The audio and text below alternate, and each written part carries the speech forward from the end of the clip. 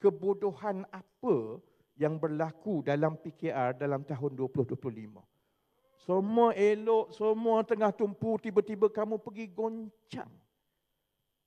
Jadi yang itu, nasi sudah jadi bubur lah, tak apa. Yang akan menentukan kita menang atau kalah dan lama mana parti ini boleh bertapak di hati rakyat ialah prinsip yang kita pertahankan. Sebab itu adalah masa kita bukan kerajaan dulu. Masa kita pembangkang, masa kita tak ada apa-apa. Masa orang tak kenal pun, Datuk Seri tak ada, Menteri Besar tak ada, YB tak ada. Masa itu, letaklah siapa pun, orang tak tengok calon sangat, orang fikir ini adalah parti yang berprinsip dan berani, aku sokong kerana mereka berprinsip. Kalau kita hilang yang itu saudara-saudari, maka nyawa parti ini tak lama. Saya boleh kata terus, tak lama. Sebab fikiran rakyat sekarang, dia boleh tengok ada banyak pilihan ini.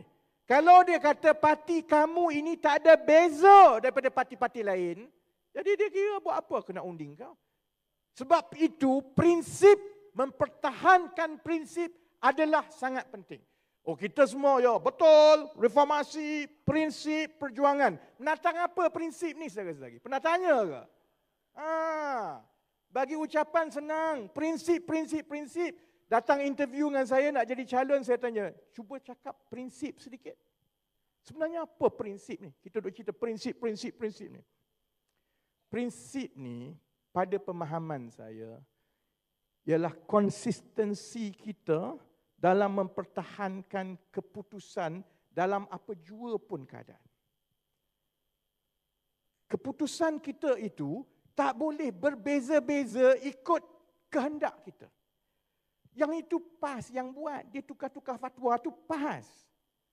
Kalau kita ada prinsip, parti berprinsip, marilah kok mana pun, masa kamu pembangkang ke, masa kamu kerajaan ke, masa kamu menang ke, masa kamu lemah ke, kalau ada satu permasalahan, prinsip kita menyatakan ini tindakan dan juga keputusan kita. Belakang kira kesannya kepada kita. Itu namanya prinsip, saudara-saudara. Sebab itu saya kata sekarang ini kita diuji bila berkuasa. Sebab mudah bercakap pasal mempertahankan prinsip bila tak ada kuasa. Masa tak ada duit, senanglah cakap kita tolak politik rasuah. Tak ada orang nak bagi kat kau, memanglah. Kan? Bila ada kuasa, mari sampul putih. Apa sebenarnya tindakan kita? Apa domir kita ni? Dalam hati kita ni. Saya boleh je saudara-saudari kalau nak ikut. Saya Menteri Ekonomi. Saya boleh tak ambil rugi kan. Saya boleh sebenarnya kalau aku nak main kotor, cari duit, bayar, hambur semua ni. Sampul tak sampul semua. Boleh. Tak ada masalah. Tapi saya lepas prinsip tergadai itu kalau dengan rakyat sekali kamu hilang rasa hormat kepada parti atau pemimpin yang kamu rasa dah tak ada prinsip, kamu takkan bagi sampai bila-bila, saudara-saudari.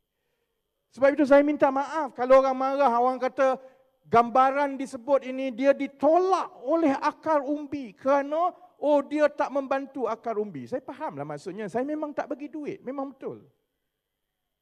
Tapi sebabnya ialah prinsip itu kalau kita hilang dan kita lemah, kesannya saya dah lepas. Saya dah mencapai kalau nak kira ni, anak orang Terengganu 3 suku Kelantan ni jadi Menteri Ekonomi ni kali pertama lah dalam sejarah Malaysia ni, okey lah tu.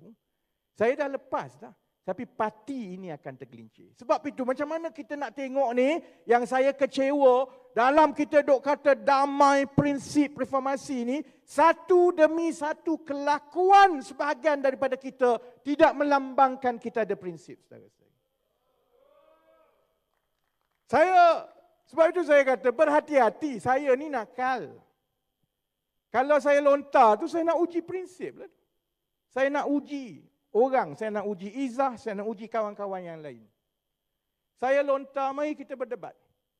Prinsip kita selama ni apa dia? Parti kita ni parti yang mengangkat pertukaran intelektual. Kita ada kekuatan idea. Kita menang kerana rakyat suka idea kita. Kita kejar orang untuk berdebat saudara-saudari. Orang takut dengan kita. Bacok, ahli parlimen bacok. Sampai sekarang kena roh-roh nenek-nenek.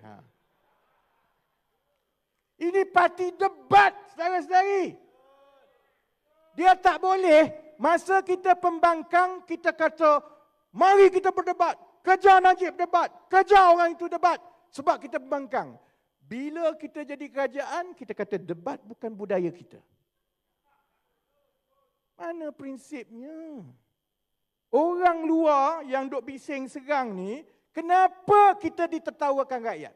Sebab dia kata, baru 2 tahun kamu berkuasa, dah hilang prinsip dah. Sama juga kita kata, orang beritahu kat saya, menteri, yang Izzah kata, menteri kamu buat kerja menteri, parti bagi kita parti. Okey, prinsipnya, kalau itu prinsipnya, kalau betul itu prinsipnya, jangan campur adukkan menteri dengan parti. Menteri-menteri, parti-parti. Yang Fadlina bertanding ketua wanita tu kenapa? Kamu nak jadi apa ni? Nak jadi menteri ke? Nak jadi ketua wanita? Kalau nak jadi ketua wanita, letak jawatan menteri. Kalau nak jadi menteri, jangan bertanding ketua wanita. Itu prinsipnya. Itu prinsipnya, saudara-saudari. Prinsip mesti konsisten. Tak boleh bertukar-tukar.